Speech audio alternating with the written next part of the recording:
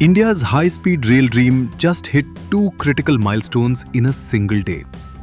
At a depth of 39 meters below Mumbai's surface, engineers are assembling a massive underground giant, while on the surface, a new elite force of track specialists has officially entered the field.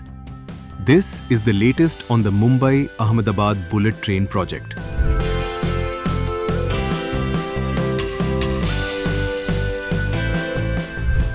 The most complex phase of the 21-kilometer tunnel, which includes India's first undersea rail passage, is gathering momentum.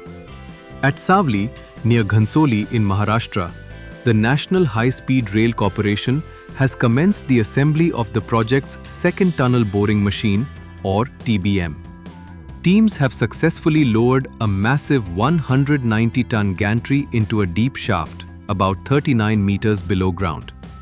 This structure is 18 meters long and is one of 4 gantries needed to operate a tunnel boring machine, TBM.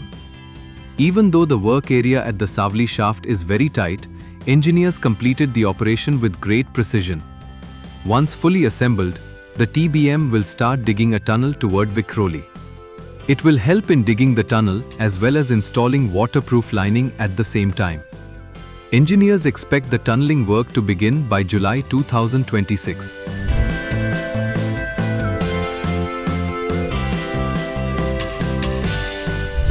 In Maharashtra, the first track construction training module has officially concluded. Through an intensive partnership with JARTS, the Japan Railway Technical Service, India is creating a specialized workforce of 1,000 engineers.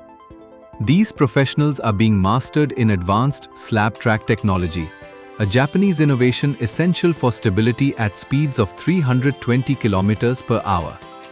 The National High-Speed Rail Corporation has set a non-negotiable benchmark.